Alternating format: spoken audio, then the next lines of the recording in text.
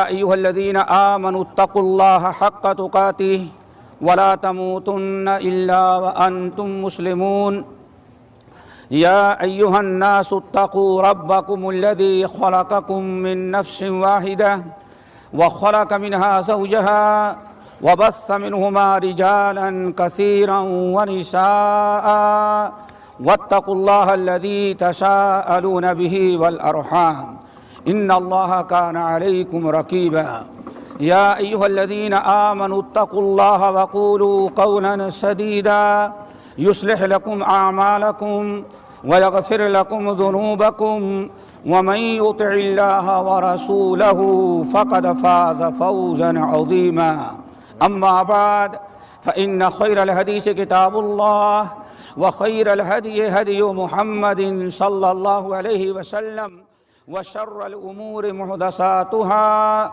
وكل محدثة بدعة وكل بدعة ضلالة وكل ضلالة في النار فأعوذ بالله السميع العليم من الشيطان الرجيم بسم الله الرحمن الرحيم إن الذين قالوا ربنا الله ثم استقاموا فلا خوف عليهم ولا هم يحزنون أولئك أصحاب الجنة خالدين فيها جزاء بما كانوا يعملون۔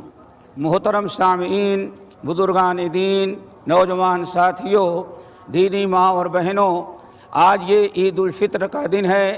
اللہ رب العالمین کے بڑے انعامات اور احسانات میں سے ایک بڑا احسان یہ ہے کہ اس نے ہمیں مسلمان بنایا، اور مسلمان بنانے کے بعد ہمارے لیے سال میں 2 دن خوشی کے مقرر کیے ہیں، ایک ہے عید الفطر اور ایک ہے عید الاضحیٰ۔ یہ ہم مسلمانوں کی عیدیں ہیں جو دنیا میں تمام قوموں کے عیدوں میں سے سب سے بہترین ہماری خیر و برکت کی عید ہے۔ اللہ رب العالمین نے یہ ہمیں خوشی کا جو موقع عطا کیا ہے، یہ 1 مہینے کی عبادت ماہ رمضان کا روزہ، دن کا روزہ اور رات کا قیام جو ہم تمام حضرات کرتے ہیں، اس کے مکمل ہونے کے بعد اللہ تعالیٰ نے ہمیں خوشی کا موقع عطا فرمایا، اور رب العالمین نے ہمیں حکم دیا ہے قُلْ بِفَضْلِ اللَّهِ وَبِرَحْمَتِهِ فَبِذَلِكَ فَلْيَفْرَحُوا هُوَ خَيْرٌ مِّمَّا يَجْمَعُونَ۔ اللہ تعالیٰ نے ہمیں اپنے انعامات اور اپنے فضل و کرم پر برابر ہمیں خوشی کا اظہار کرنے کا اور فرحت و مسرت کا اللہ تعالیٰ نے ہمیں حکم دیا ہے۔ الحمدللہ یہ ماہ رمضان کا روزہ مکمل ہوا۔ اللہ تعالیٰ سے دعا کرو کہ اللہ تعالیٰ ہم تمام بھائیوں اور بہنوں کو ان خوش نصیبوں میں شامل کرے جن کے گناہ ماہ رمضان کی برکت سے اللہ تعالیٰ نے معاف کیا ہے۔ الہ العالمین ہمیں ان خوش نصیب لوگوں میں شامل کرے اور ان اچھے لوگوں میں ہمیں داخل کر دے جن کو اللہ تعالیٰ نے اس ماہ رمضان کے اندر جہنم سے آزاد کیا ہے۔ یہ اللہ رب العالمین کا فضل و کرم ہے۔ محترم بھائی اور دوستو، آج ہمیں چند باتوں پر غور کرنا ہے۔ ہم تمام لوگوں کا اس بات پر ایمان ہے، ایمان کے 6 ارکان ہیں۔ آمنت باللہ وملائکتہ وکتبہ ورسلہ قدر خیر و شر والبعث بعد الموت۔ ایمان کے 6 ارکان ہیں۔ ان 6 ارکان میں سے ایک رکن ہے والیوم الآخر، قیامت کے دن پر ایمان رکھنا۔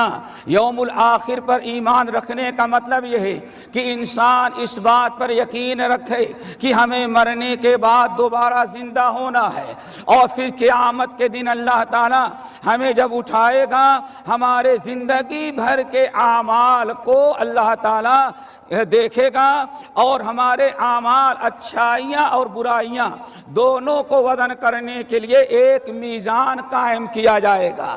اس میزان میں نیکیاں بھی وزن کی جائیں گی اور برائیاں بھی، اور انسان کے لیے کامیابی اس وقت ہے جب کہ انسان کی نیکیوں کا پلڑا بھاری ہو جائے اور برائیوں کا پلڑا ہلکا ہو جائے۔ یہی نجات کا سب سے بڑا دوستو ذریعہ ہے۔ یاد رکھیے گا، ایک اہم بات وہ یہ ہے کہ ہمیں انسان نیکیاں کرتا ہے، نیکیاں صرف نیکیاں کرنا آخرت کی کامیابی کے لیے کافی نہیں ہے۔ انسان صرف نیکیاں کرے، صرف اچھے اعمال کرتا رہے، یہی انسان کی کامیابی کے لیے کافی نہیں ہے، بلکہ کامیابی کے لیے کافی یہ ہے کہ انسان کی نیکیاں انسان کی برائیوں پر غالب آ جائیں۔ جب انسان کی نیکیاں، انسان کے اعمال صالحہ، یہ مومن کے حسنات، اس کی سیئات اور اس کے منکرات اور اس کے برائیوں پر غالب آ جائیں گی، تبھی انسان کامیاب ہوتا ہے۔ رب العالمین نے ارشاد فرمایا والوزن یومئذ الحق فمن ثقلت موازینہ فاولئک هم المفلحون ومن خفت موازینہ فاولئک الذین خسروا انفسهم بما كانوا بآیاتنا یظلمون۔ اللہ رب العالمین نے وعدے کر دیا قیامت کے دن انسان کے اعمال کو وزن کرنے کے لیے اللہ فرماتے ہم ترازو قائم کریں گے، ایک پلڑے میں نیکیاں ہوگی اور دوسرے میں برائیاں ہوگی۔ فمن ثقلت موازینہ، جس کی نیکیوں کا پلڑا بھاری ہو گیا اور برائیوں کا پلڑا ہلکا ہوا، فاولئک هم المفلحون، یہ فلاح پانے والا انسان ہے۔ لیکن ومن خفت موازینہ فاولئک الذین خسروا انفسهم، جس کے پاس نیکیاں تو ہیں لیکن نیکیوں کے پلڑے پر، نیکیوں پر برائیاں غالب آ گئیں، رب العالمین نے فرمایا فاولئک الذین خسروا انفسهم، یہی وہ لوگ ہیں جنہوں نے اپنے آپ کو نقصان اور خسارے میں گرا رکھا ہے۔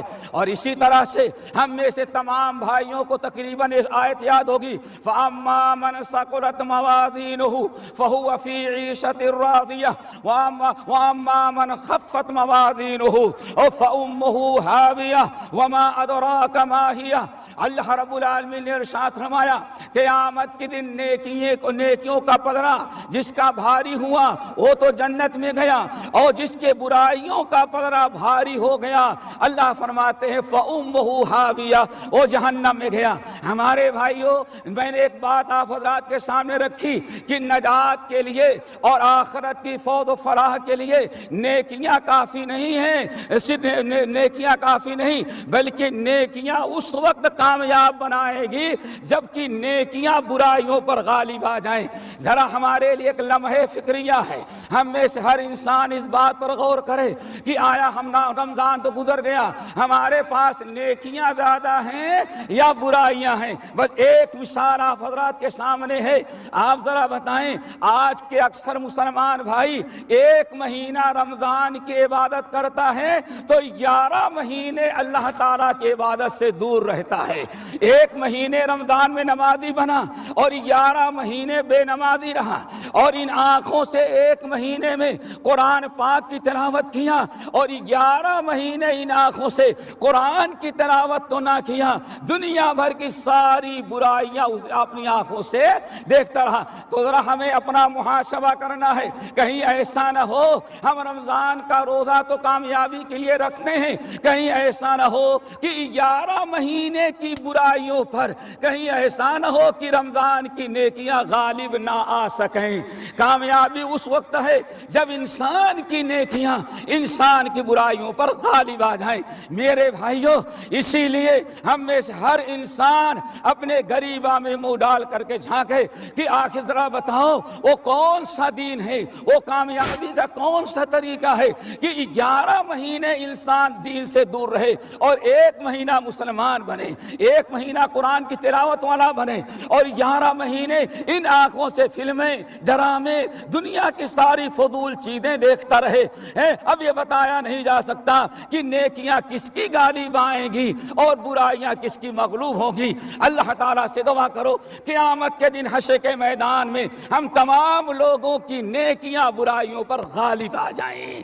نمبر 2، دوسری بڑی اہم چیز جو آپ حضرات کے سامنے رکھنا ہے، ہمیں اس بات پر غور کرنا چاہیے کہ ماہ رمضان کا روزہ یہ عبادت کا مہینہ تو ہی ہے، لیکن ماہ رمضان کا مین مقصد میرے بھائیوں اچھی طرح سے یاد رکھنا، یہ اصلاح عمل ہے، ایمان کی تجدید ہو، ایمانی قوت بڑھ جائے، عمل صالحہ کرنے کا جذبہ پیدا ہو، نیکیوں کا شوق پیدا ہو جائے، آپ کے دل میں آپ کا دل ایمان سے بھر جائے، تقوی اس کے اندر آ جائے، برائیاں اس سے ختم ہو جائیں، ان تمام ایمان والوں کی محبت دل میں ہو، اور دل میں ہمارے آپ کے دلوں میں کسی مومن کی نفرت باقی نہ رہ جائے۔ میرے بھائیوں، یہ اصل مقصد ہے رمضان کا، رمضان کے روزے کا۔ رمضان کا روزہ اس لیے ہم پر فرض قرار دیا گیا ہے کہ ہمارے دلوں میں تقوی آ جائے، ہمارے دلوں میں اللہ اس کے رسول کی محبت آ جائے، ہمارے دلوں میں اللہ دین کا شوق پیدا ہو جائے۔ اب ہم آپ سے پوچھتے ہیں میرے بھائیو، ذرا ٹھنڈے دل سے سوچو، نبی علیہ السلام خطبہ دے رہے ہیں اور آپ نے فرمایا یا ایھا الناس الا اخبرکم بما یذھبن وحر الصدر، لوگوں بتاؤ کیا میں تمہیں ایک ایسی بات نہ بتا دوں کہ تمہارے دلوں کی ساری غلاظت، الا اخبرکم بما یذھبن وحر صدورکم، کیا میں تمہیں وہ اعمال بتاؤں کہ جو عمل، جو نیکی تمہارے سینے کو صاف کر دے، تمہارے سینے کی تمہارے سینے کی ساری برائیوں کو ختم کر دے، اور تمہارے دل کا، تمہارے نفس کو پاک کر دے۔ قد افلح من زکاہا وقد خاب من دساہا، کامیاب ہوا وہ انسان جس نے اپنے نفس کو پاک کر لیا، وقد خاب من دساہا، اور برباد ہوا وہ انسان جس نے اپنے نفس کو غلاظتوں میں چھوڑ دیا۔ مومن کے لیے ضروری ہے جنت میں جانے کے لیے یہ دل کفر سے پاک ہو، شرک سے پاک ہو، مسلمانوں کی عداوت سے پاک ہو، مسلمانوں کی نفرت سے پاک ہو، حسد، بغض، اناد، کینہ، کپٹ، ان تمام برائیوں سے ہمارا دل پاک ہو، یہ جنت میں لے جانے کا ذریعہ بنا کرتا ہے۔ اسی لیے نبی علیہ السلام نے ارشاد فرمایا کیا میں تم لوگوں کو بتاؤں وہ عمل جو تمہارے سینے کی ساری بیماریوں کو دور کر کے تمہارے سینے کو پاک کر دے گا؟ صحابہ کرام نے کہا بلا یا رسول اللہ۔ آپ نے ارشاد فرمایا اے لوگو، صوم و شہری الصبر و صوم و ثلاثت ایام من کل شہر، جس شخص نے ماہ رمضان کا روزہ رکھا، جس نے ماہ رمضان کا روزہ رکھا اور ہر مہینے میں 3 دن کا روزہ رکھا، جس نے ماہ رمضان کا روزہ رکھا اور ہر مہینے میں 3 دن کا روزہ رکھا، ماہ رمضان کے روزے کی برکت سے اور ہر مہینے میں 3 دن کے روزے کی برکت سے اللہ تعالیٰ مومن کے دل کو پاک کر دیتے ہیں۔ ہم نے 1 مہینے کا روزہ تو رکھا ہے، روزہ رکھا اور کوشش یہ کی رہے کہ ہم اور 3 دن، ہر مہینے میں 3 دن روزہ رکھتے رہیں، لیکن سوال یہ ہے میرے بھائیو، ذرا ہم جائزہ لیں، حالات کا جائزہ لیں کہ آیا رمضان کے بعد ہمارے اندر نیکیوں کا جذبہ باقی رہ گیا ہے کہ نہیں رہ گیا ہے، ہم کامیاب ہوئے کہ نہیں ہوئے۔ اگر ہمارے اعمال کل رمضان ختم، آج شوال شروع ہو گیا، اب آیا رمضان میں اگر ہم پکے مسلمان بنے تھے تو آج کے بعد بھی سال کے 11 مہینے ہم باعمل مسلمان رہیں گے کہ بے عمل مسلمان بن جائیں گے؟ اگر واقعی ہم باعمل مسلمان ہیں، اگر ہم آج سے جیسے کل تک رمضان میں ہم مسلمان تھے، عمل کرنے والے تھے، نیکیوں کے پیچھے دوڑا کرتے تھے، اگر وہ نیک اعمال ہمارے آئندہ بھی جاری ہیں تو سمجھ جاؤ کہ واقعی ہم ماہ رمضان کا روزہ رکھنے میں کامیاب ہو گئے۔ کامیابی یہ ہے کہ رمضان کے بعد بھی ہم نیکیاں کرنے والے رہیں، ہمارے نیک اعمال جاری و ساری رہیں۔ اگر ہم نے رمضان بھر نیکیاں کر لیا اور پھر 11 مہینے کے لیے دوستو ہم نے نیکیاں چھوڑ دیا تو یہ بڑی بدبختی ہوگی، یہ ہماری کامیابی نہیں بلکہ یہ ہمارے لیے نقصان کا ذریعہ بن گیا۔ یہی رمضان قیامت کے دن ہمارے خلاف گواہی دے گا، اے اللہ ہم سے اس نے فائدہ اٹھا کر کے اپنی اصلاح نہیں کیا تھا۔ اسی لیے ہم میں سے ہر انسان اپنا جائزہ لے اور اپنے عمل کا محاسبہ کرے کہ کل رمضان تک جیسے تھا اور رمضان کے بعد اب اس کی زندگی کیسے گزر رہی ہے۔ اگر اگر رمضان کے پہلے برائیاں کرتا تھا، رمضان میں نیک بن گیا، رمضان کے بعد بھی نیکیاں کر رہا ہے، تو سمجھ جاؤ کہ واقعی اس کا رمضان کامیاب گزرا۔ اگر ہم رمضان کے گزرتے ہی، رمضان ختم ہوتے ہی پھر منکرات میں، برائیوں میں، حرام کاریوں میں، نماز چھوڑنے میں، فضول چیزوں میں ہم پڑ گئے، تو سمجھ جاؤ خسرت دنیا والآخرہ۔ اللہ تعالی ہم سب کو ثابت قدم رکھے۔ لیکن اگر ہم نے اپنا محاسبہ کر لیا اور واقعی ہمارے اندر کچھ خامیاں نظر آئیں، تو میرے بھائیو رمضان گزر گیا ہے لیکن توبہ کا دروازہ کھلا ہے۔ ابھی آپ صدق کے دل سے توبہ استغفار کریں اور اللہ رب العالمین کی طرف رجوع کریں۔ نمبر 3، الحمدللہ ماہ رمضان کے شروع ہی سے ہمارا ہر مسلمان جانتا ہے کہ ماہ رمضان کے روزے کو جو فرض قرار دیا گیا، اس کا مین مقصد دوستو کیا ہے؟ یا ایھا الذین آمنوا کتب علیکم الصیام کما کتب علی الذین من قبلکم لعلکم تتقون۔ ایمان والو، تم پر روزہ اس لیے فرض قرار دیا گیا ہے کہ تمہارے اندر تقوی آ جائے۔ اب ذرا جائزہ لیں، رمضان تو گزر گیا، ہم نے آج عید بھی منا لی اور رات تک عید مناتے رہیں گے۔ آپ میں سے ہر انسان میرے بھائیوں ذرا غور کرے، محاسبہ کرے کہ ہمارے اندر تقوی آیا یا تقوی نہیں آیا۔ ہر آدمی اس بات کا خیال رکھے کہ روزہ ہم نے 1 مہینے رکھا، پورا مہینہ ہمارا گزر گیا اور ہم نے روزہ اس لیے رکھا تھا، اللہ نے روزہ اس لیے فرض قرار دیا تھا کہ لعلکم تتقون، تاکہ تمہارے اندر تقوی آ جائے۔ ہمارے اندر تقوی آیا یا تقوی نہیں آیا؟ اگر تقوی آیا تو ہمارا رمضان کامیاب، ہم مقصد میں کامیاب ہو گئے، اور اگر تقوی نہ آیا تو بھوکے پیاسے تو مہینے بھر رہے لیکن مقصد میں کامیاب نہیں ہوئے۔ اب سوال یہ ہے، ہمیں پتہ کیسے چلے کہ ہمارے اندر تقوی آ گیا ہے یا کہ نہیں آیا ہے؟ تقوی کی کچھ علامات اور کچھ نشانیاں ہیں۔ نمبر 1، تقوی کی عظیم ترین نشانی اللہ رب العالمین نے بیان کی ہے، والقاظمین الغیظ والعافین عن الناس واللہ یحب المحسنین۔ اللہ رب العالمین نے تقوی کی سب سے بڑی علامتیں بیان کی ہے کہ متقین کو، جن کے دلوں میں تقوی ہے، جب ان کو غصہ آ جاتا ہے تو غصہ استعمال نہیں کرتے بلکہ اپنے غصے کو پی ڈالتے ہیں۔ والعافین عن الناس، تقوی کی نشانی یہ ہے اگر کسی نے ان کے ساتھ زیادتی کیا تو انتقام نہیں لیتے، بدلہ نہیں لیتے۔ میرے بھائیوں، تقوی کی عظیم ترین علامت یہ ہے، اگر یہ علامتیں ہمارے اندر پائی جا رہی ہیں، رمضان بھر ہم نے غصے میں قابو رکھا تھا، رمضان بھر لوگوں سے لڑائیاں بند کر رکھی تھی، رمضان کے بعد بھی اگر ہم غصہ پی ڈالتے ہیں، لوگوں کو معاف کر دیتے ہیں، درگزر کرتے ہیں، تو سمجھ جاؤ کہ ہمارے اندر تقوی آ چکا ہے۔ اللہ رب العالمین نے تقوی کی بڑی علامتیں بیان کی ہیں، جن میں سے 2 تو آپ نے سنا، تیسری عظیم ترین علامت ہے، اللہ اکبر، اللہ رب العالمین نے فرمایا محسنین ہوتے ہیں۔ متقین کی علامت احسان کرنا ہے۔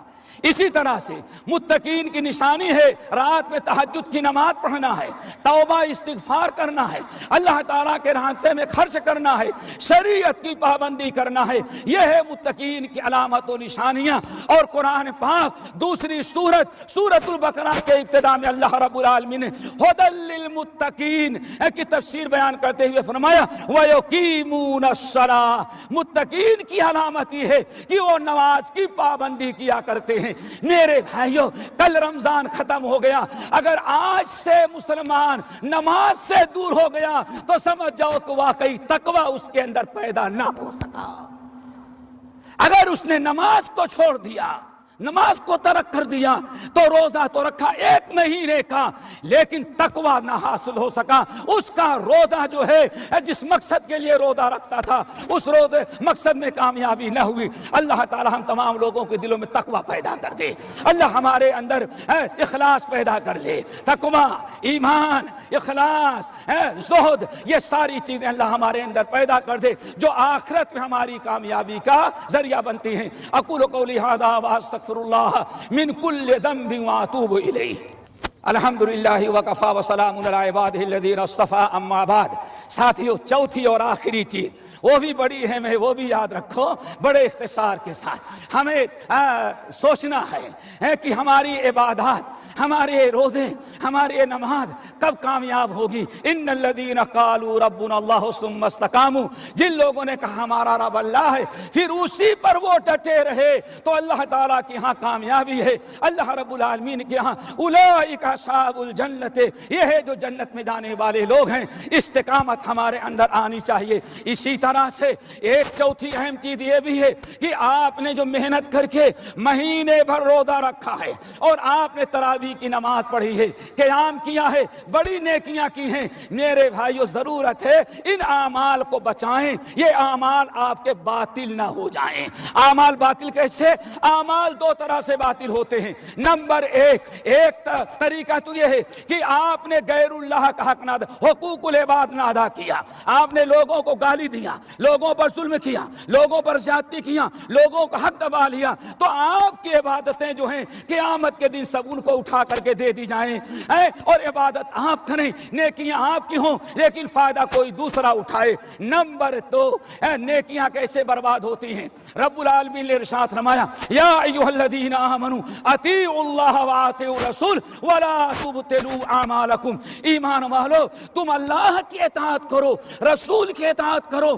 اور خبردار اپنے اعمال کی حفاظت کرو، ولا تبطلوا اعمالکم، اپنے اعمال کو برباد نہ کرو۔ برباد کیسے ہوتے ہیں؟ ایک حدیث بتا کر کے ہم اس مسئلے کو واضح کر دینا چاہتے ہیں۔ حجۃ الوداع کا موقع ہے، نبی علیہ السلام اونٹنی پر سوار ہے، عمیر بن قتادہ رضی اللہ تعالیٰ عنہ کہتے ہیں نبی علیہ السلام اونٹنی پر سوار، آپ نے ارشاد فرمایا، خطاب کیا 1,40,000 حجاج کو خطاب کرتے ہوئے فرمایا الا، اے مسلمانوں اور اے حاجیوں سن لو، تم نے بہت بڑا عمل کیا ہے لیکن سن لینا اچھی طرح سے، الا ان اولیاء اللہ المصلون، اللہ کے اولیاء جو ہیں وہ نمازی ہوا کرتے ہیں۔ اللہ کے اولیاء صرف کون ہوتے ہیں؟ اللہ تعالیٰ سے دعا کرو رمضان پر نمازی بنایا، رمضان کے بعد بے نمازی پھر نہ بنا دے، جو سب سے بڑی برائی ہے۔ اللہ سن لو ان اولیاء اللہ المصلون، اللہ کے اولیاء جو ہیں وہ نمازی ہوا کرتے ہیں۔ پھر آپ نے ارشاد فرمایا اللہ اکبر، جس شخص نے 5 وقتہ نماز کی ادا کیا، من صلی الصلوات الخمس، جس نے 5 وقتہ نماز کی پابندی کی، 5 وقتہ نماز کی پابندی کی، جس نے ماہ رمضان کے روزے رکھے، زکوٰۃ نکالا، وَيَجْتَنِبُ الْكَبَائِرَ الَّتِي نَهَى اللَّهُ عَنْهَا، جس نے رمضان جس نے نماز پڑھی، روزہ رکھا، حج کیا، زکوٰۃ دیا اور گناہ کبیرہ سے اپنے آپ کو بچایا، اللہ کے رسول نے فرمایا جس نے ان نیکیوں کے ساتھ ساتھ اپنے آپ کو گناہ کبیرہ سے بچایا، اس نے اپنے اعمال کو بربادی سے بچا لیا، اس کے اعمال محفوظ رہے، اس کا روزہ اس کے کام، اس کی نماز اس کے کام، اس کے صدقات اس کے فائدے میں آ رہے ہیں، ساری نیکیاں اسے فائدہ پہنچائیں گی۔ کیوں؟ اس نے 4 عمل کیا ہے۔ نمبر 1، جو صلی الصلوات الخمس ویصوم رمضان ویؤتی الزکاۃ، اور نمبر 4 وَيَجْتَنِبُ الْكَبَائِرَ الَّتِي نَهَى اللَّهُ عَنْهَا، اس نے نماز کی پابندی کی، زکوٰۃ اس نے ادا کیا، روزے رکھا، اور وہ گناہ کبائر جس کو اللہ نے حرام قرار دیا ہے اس سے اپنے آپ کو بچاتا رہا۔ آپ نے بڑی فضیلت بیان کی اور فرمایا اے لوگو، جس نے یہ 4 اعمال کیا اور ان 4 اعمال کے ساتھ اپنے آپ کو ان گناہ کبیرہ سے بچایا جو اللہ نے حرام قرار دیا ہے، تو قیامت کے دن نبی علیہ السلام جنت میں جانے لگیں گے۔ دعا کرو اللہ تعالیٰ سب کو اس فضیلت کا مستحق بنا دے، سب کو اس فضیلت کا مستحق بنائے۔ آپ نے ارشاد فرمایا جب میں جنت میں جانے لگوں گا اور سب سے پہلے جنت میں جاؤں گا، جب میں جنت میں جانے لگوں گا تو میرا وہ امتی جس نے نماز کی پابندی کی، زکوٰۃ ادا کیا، روزے رکھا اور گناہ کبیرہ سے اپنے آپ کو بچایا، ایسے بندے کو کہے گا رافق محمدن صلی اللہ علیہ وسلم، اللہ فرمائے گا اے بندے آخری نبی سید الاولین والآخرین جنت میں جا رہے ہیں، تو روز نماز کے ساتھ اپنے آپ کو گناہ کبیرہ سے بچایا تھا، اس لیے تو بھی نبی کے ساتھ جنت میں چلا جا۔ اللہ اکبر، یہ میرے بھائی نبی کے گناہ کبیرہ سے بچنے کا مقام مرتبہ ہے۔ آپ نے اپنی فضیلت بیان کی کہ ایک صحابی کھڑے ہو گئے، یا رسول اللہ وہ کون سے گناہ کبیرہ ہیں؟ آپ نے فرمایا 9 گناہ کبیرہ ہیں۔ جس نے اپنے آپ کو ان 9 گناہوں سے بچایا اور نبی کے ساتھ شروع ہی میں جنت میں چلا جائے گا، اور جو چلا جائے گا پھر نبی سے جدا نہیں کیا جائے گا۔ کون 9 ہیں؟ الاشراک باللہ، شرک۔ نمبر 2 وقتل نفس مومن، نہ کسی مسلمان کو قتل کرنا۔ نمبر 3 وفرار من الضحف، میدان جنگ سے بزدلی دکھا کر کے بھاگنا۔ نمبر 4 اللہ اکبر وقذف المحصنۃ الغافلہ، پاک دامن عورت پر بہتان لگانا، پاک دامن مرد پر بہتان تراشی کرنا۔ نمبر 5 وعقوق الوالدین، کیا بھائی؟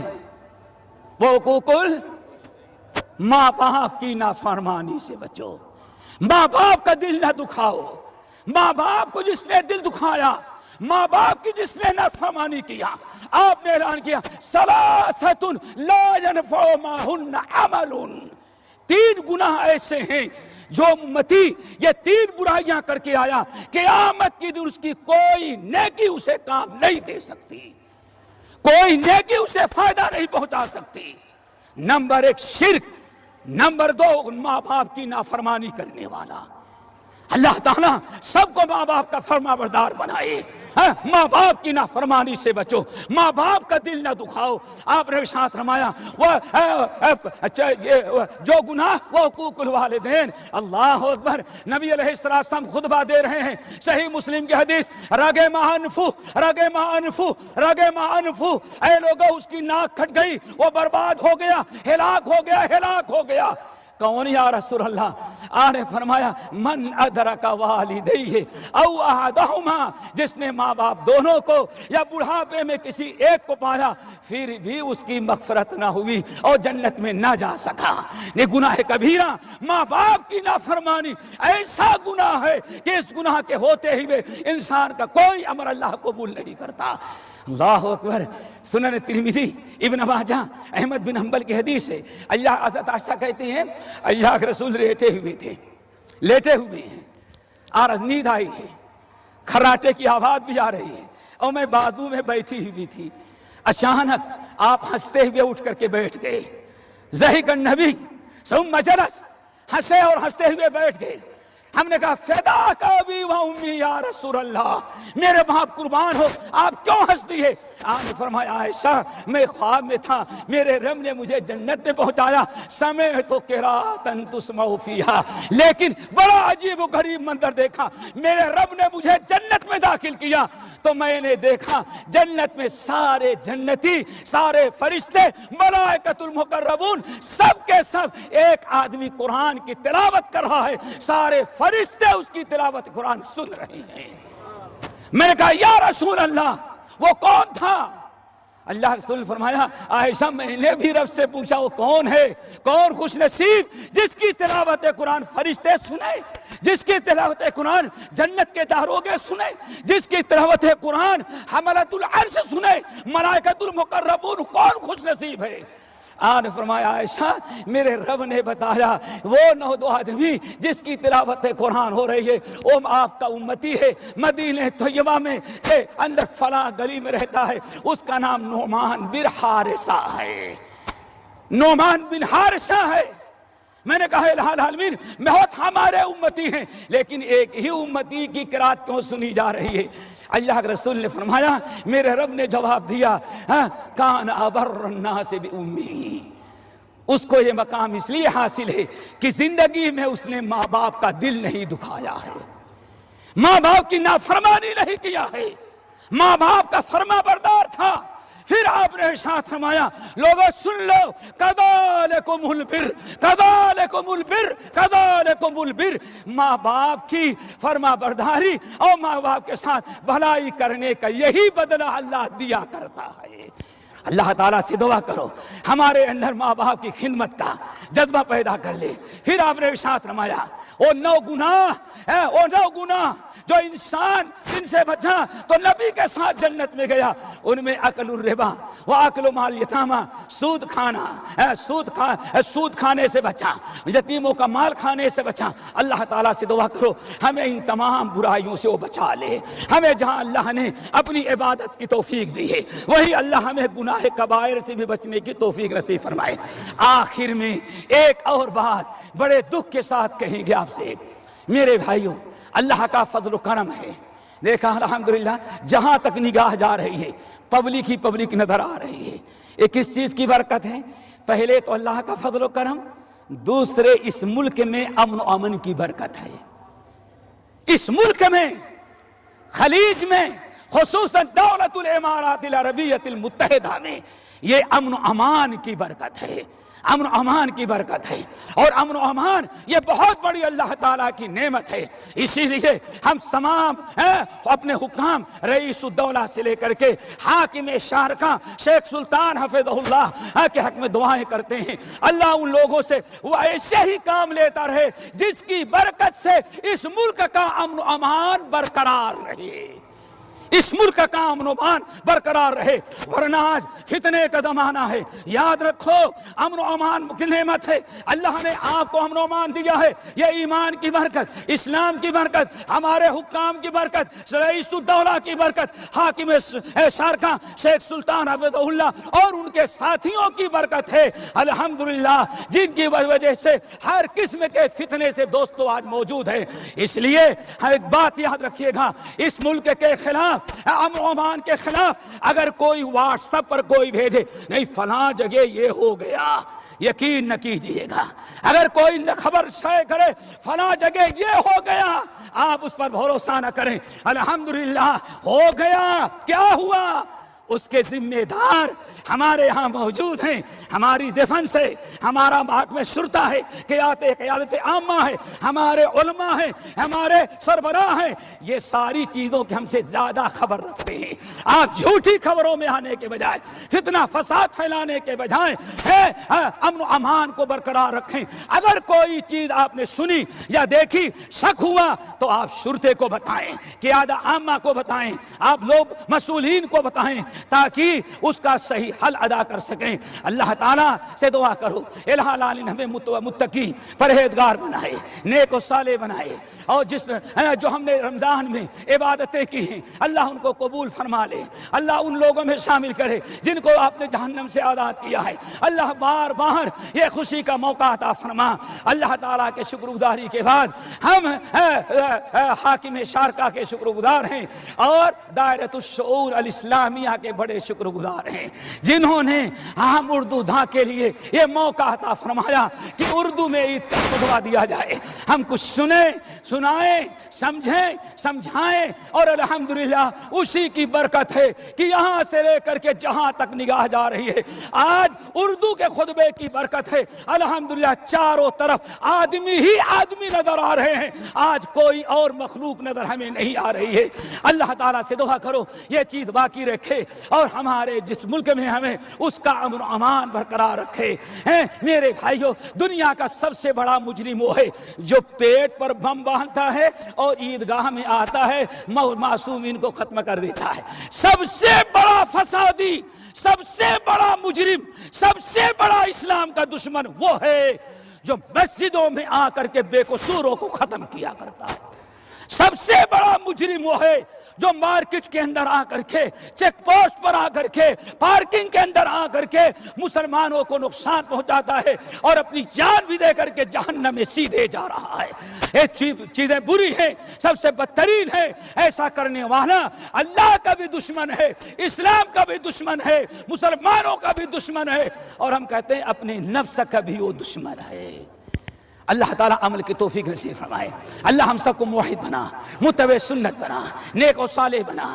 مریضوں کو شفا کلی عطا فرما، کر مکروبین کے قرض کو ادا کرا دے الہ العالمین۔ جس ملک میں ہم ہیں امن و امان کا گہوارہ بنا دے، دنیا میں جہاں بھی مسلمان ہیں ان کو امن و امان کا ایریا بنا دے۔ ہر بھلا ہر آفت سے اللہ تعالیٰ ہمارے حکام کو محفوظ فرما، ہر بلا ہر آفت سے اللہ ان کو بچا لے، ہر فتنے سے اللہ تعالیٰ ان کی حفاظت فرما الہ العالمین۔ ان سے وہی کام لے جس میں آپ کی رضا ہو، آپ کی خوشنودی ہو اور امت اور ملت کی فلاح اور کامیابی ہو۔ اللہم اغفر للمؤمنین والمؤمنات والمسلمین والمسلمات وآخر دعوانا ان الحمد للہ رب العالمین۔ اللہ